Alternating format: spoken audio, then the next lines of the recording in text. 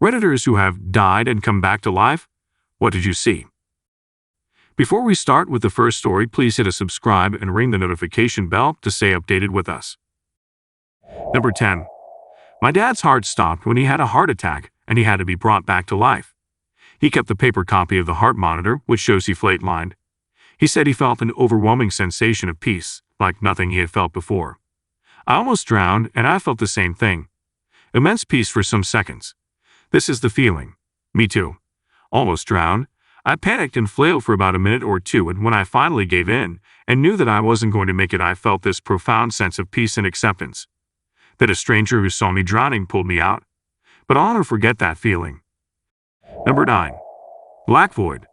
Peaceful. The body but felt as if I was floating on my back in the ocean. Lots of waves. I knew I died, but knew everything would be ok. Was there maybe 20 to 30 seconds, but felt like a few minutes. Then I jolted alive. Edited to add, I've never been in an isolation tank, but I think that the experience would be similar. Ever since I haven't been scared of death, but I'm still terrified by the means of it. This, a weightless void outside of time and space. No jolt though, more of all I think, therefore I am followed by seeking out senses. I died twice and woke up from a medically induced coma almost immediately after being brought back to life, the second time. It very much felt like making the choice to return. Number 8.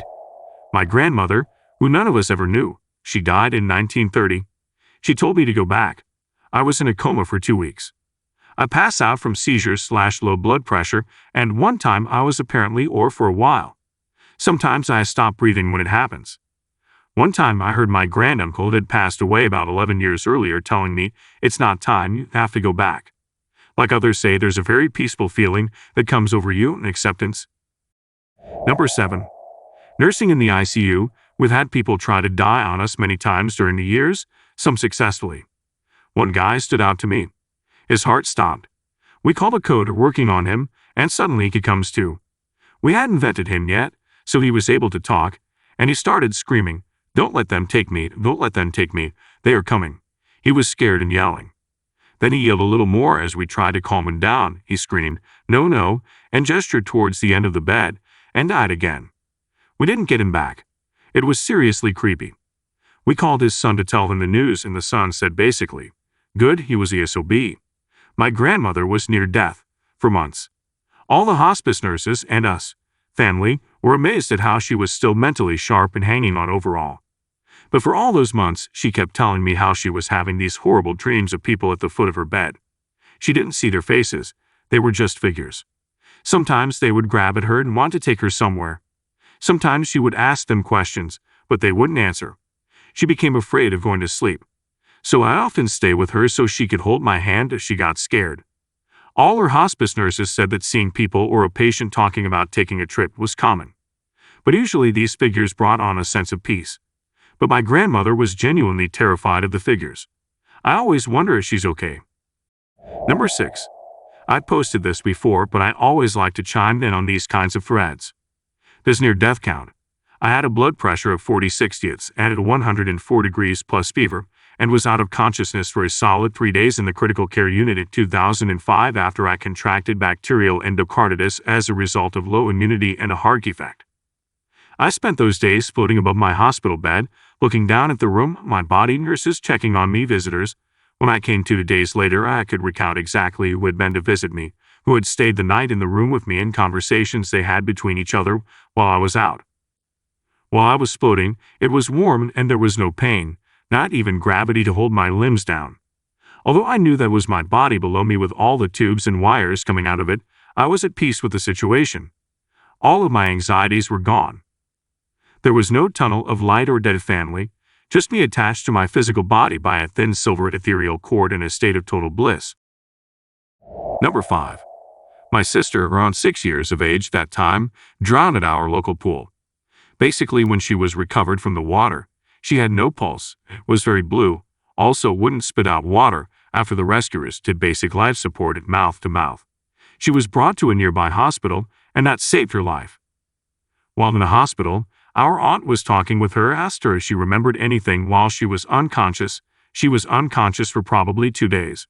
She said she saw a white place with 2 figures waiting for her around 10 meters ahead. When she went near, one of the figures looked like a person wearing a Jabberwocky mask, and the other looked like a Guy Fawkes mask, but black. The Jabberwocky said to her she could go on ahead if she liked the ambience of the place, but the Guy Fawkes one said she could go back home as her time is still not yet up. She then took the Guy Fawkes advice, and when she woke up, she was already there in the hospital. Still confused if that was legit or just some imaginative ramblings of a preschool kid. It happened nearly 20 years ago. I was 8 years old at the time and probably missed some small details, but that's all the gist of her story. Number 4. Not my story, but I think about it a lot. Years ago, I knew a guy who was working at a theater in New York in the 90s. Someone broke in to rob the place and stabbed him in the neck. If I remember truly, he was clinically dead for something like 9 minutes before being resuscitated. He told me he felt his consciousness slip into an alternate universe where he didn't die, that he did not make it in his original world, and now lives here. You could chalk that up to a lot of things, of course, but the eeriest part was his absolute and almost casual surety of it. When I asked to follow up, it wasn't a matter of that's what I believe, it was that's what happened. I often find myself wondering if any of us ever really die and we're not just falling through the multiverse. That's usually a post-read edible musing. I wish very much that I could talk to this man. Mine wasn't via NDE, but I also slipped universes once, and I've never met anyone else. Never even heard of anyone else. I mean, I know it sounds like some fake crazy people so it can't possibly be real, but, it did happen though. Number 3. I was laying on the operating table, the beeping of the machine slowly faded away, and the room plunged into darkness. I could feel myself drifting away from my body, an eerie sensation of weightlessness enveloping me. Suddenly, I found myself in a realm of vibrant colors and swirling mists. There I met a council of beings made entirely of light, each radiating a different hue. They communicated with me not through words but through pure thoughts and emotions.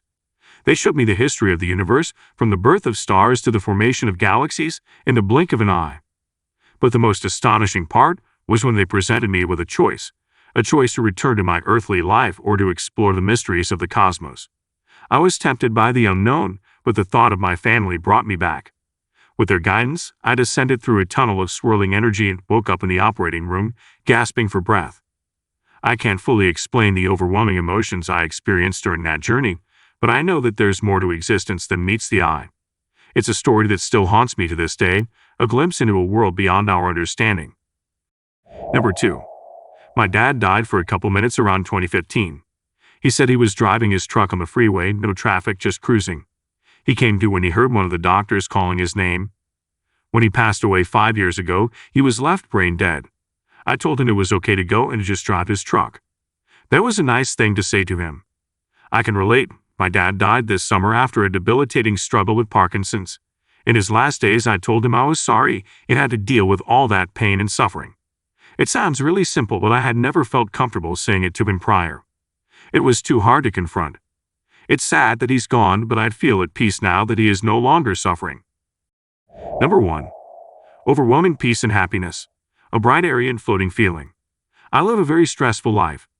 Imagine finding out the person you have had a crush on reveals they have the same feelings for you, and then you win the lotto later that day. That was the feeling I had. I never feared death afterwards and am relieved when I hear people dying after suffering with an illness. Alright folks, that's a wrap. Thanks for joining us today. If you like more of this, please hit a thumbs up and subscribe to the channel. You can also share your own story or thoughts in the comments below. We'd love to hear from you. I'll see you in the next video.